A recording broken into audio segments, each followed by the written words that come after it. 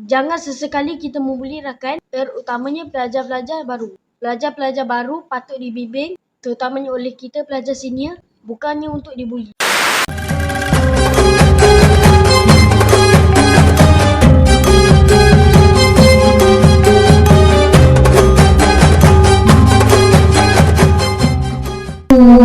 Assalamualaikum warahmatullahi wabarakatuh dan selamat datang di channel saya Rayman dan channel saya Muhammad Rayman.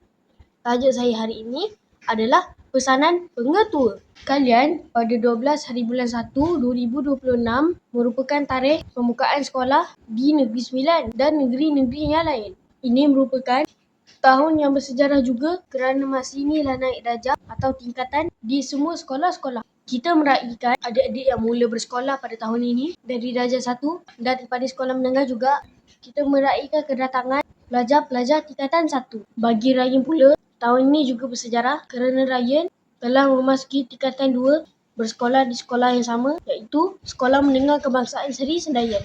Ryan juga merasa bersyukur kerana telah diberi kepercayaan oleh pihak sekolah untuk menjawat jawatan pengawas.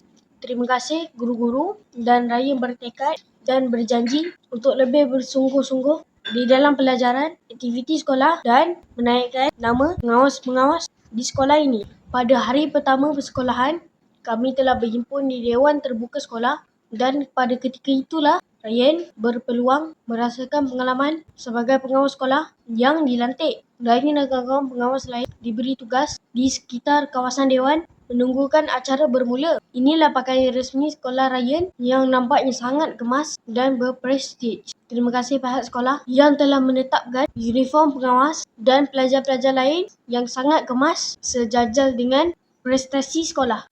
Di video kali ini, Ryan nak sentuh beberapa pesanan yang telah diucapkan oleh Tuan Pengetua kita sebagai maklumat dan bimbingan dan panduan kepada para pelajar semua. Di sini Ryan amat berbesar hati di atas nasihat dan pandangan guru-guru yang memberi ucapan pada hari tersebut, terutamanya Tuan Pengetua kita yang telah menggariskan beberapa panduan untuk semua pelajar-pelajar.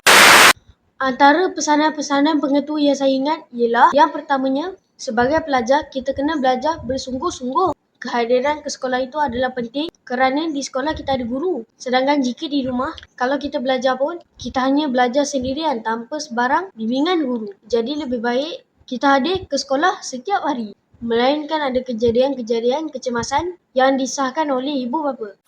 Yang keduanya, sekolah bukan hanya tempat belajar untuk mata-mata pelajaran yang dihaskan, tetapi ada juga pelajaran yang tersembunyi atau hidden syllabus yang perlu diketahui oleh para pelajar semua. Pelajaran tersembunyi ini adalah adab, kelakuan dan tingkah laku yang perlu dititik beratkan oleh pelajar semua.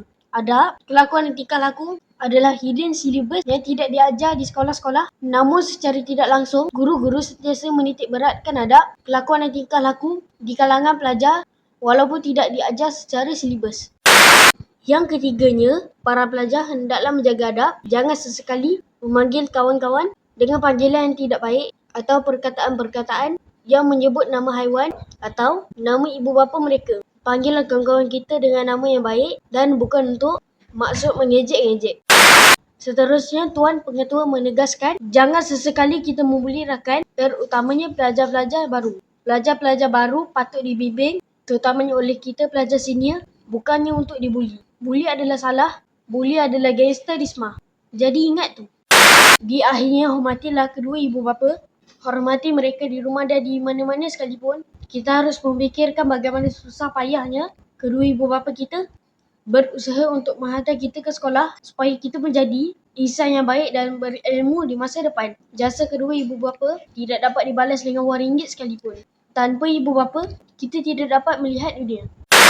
Itu adalah di antara nasihat-nasihat Tuan Pengetua di hari pembukaan sekolah pada hari itu. Ryan dan kawan-kawan mengucapkan berbanyak terima kasih kepada guru-guru dan Tuan Pengetua SMK Seri Sendayan yang telah menasihati kami. Semoga ianya dapat difahami dan dipraktikkan.